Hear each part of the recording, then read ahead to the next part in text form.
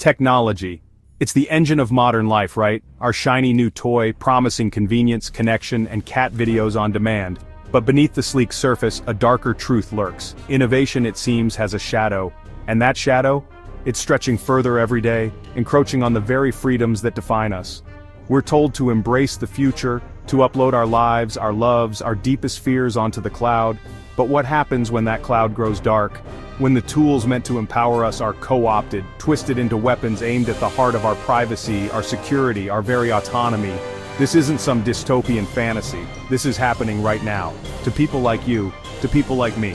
And to some, the violation cuts deeper, striking at abilities beyond the realm of the ordinary. Abilities that make them uniquely vulnerable. Abilities like, say, reading minds. This is the story of one such individual. A psychic, living proof that the cost of progress can be far more personal, far more invasive than we ever imagined. This is a story about the erosion of trust, the insidious creep of surveillance, and the urgent need to reclaim our digital lives before they disappear into the machine. Buckle up, folks, because the future is now and it's watching. Meet Edward. He's not your average Joe. Edward is gifted, cursed perhaps, with the ability to see into your thoughts. Not vague impressions or parlor tricks.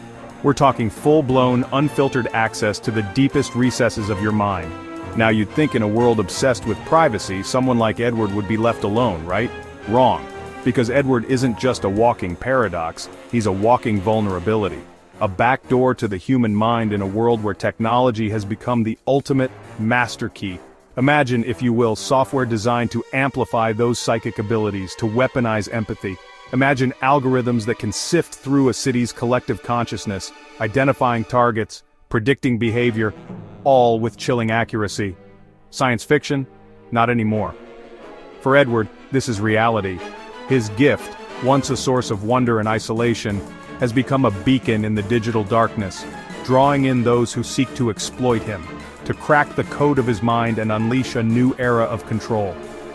Edward's story is a stark reminder that the most vulnerable among us are often the first casualties in the relentless march of technological progress. It's a cautionary tale for anyone who believes their thoughts, their innermost secrets, are truly their own in the digital age. Because in the wrong hands, technology doesn't just blur the lines of privacy, it obliterates them entirely. Remember the good old days when the biggest privacy concern was someone reading your mail? Yeah, me neither. Because today the walls themselves have ears, and cameras, and microphones that make Nixon's tapes look like child's play.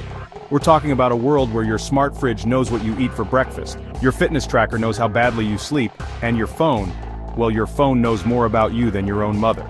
And it's sharing that information with everyone. From social media giants harvesting your data, to government agencies demanding backdoor access to your encrypted messages, the erosion of privacy has become the norm.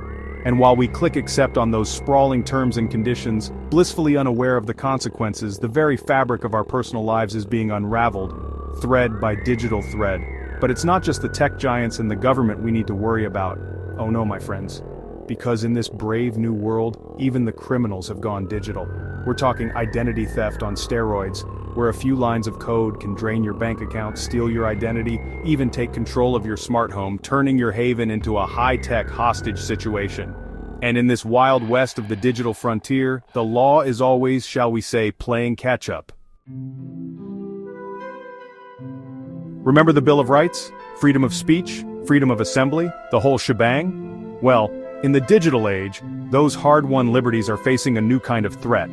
A threat that operates not in the shadows, but in the blinding light of our smartphones and social media feeds. We're talking about censorship by algorithm, where dissenting voices are silenced, not by jackbooted thugs, but by lines of code designed to please advertisers and maintain the illusion of a harmonious online experience. We're talking about surveillance so pervasive, so normalized, that it's woven into the very fabric of our digital lives. And for someone like Edward, whose very existence challenges the boundaries of what we consider normal, the stakes are even higher.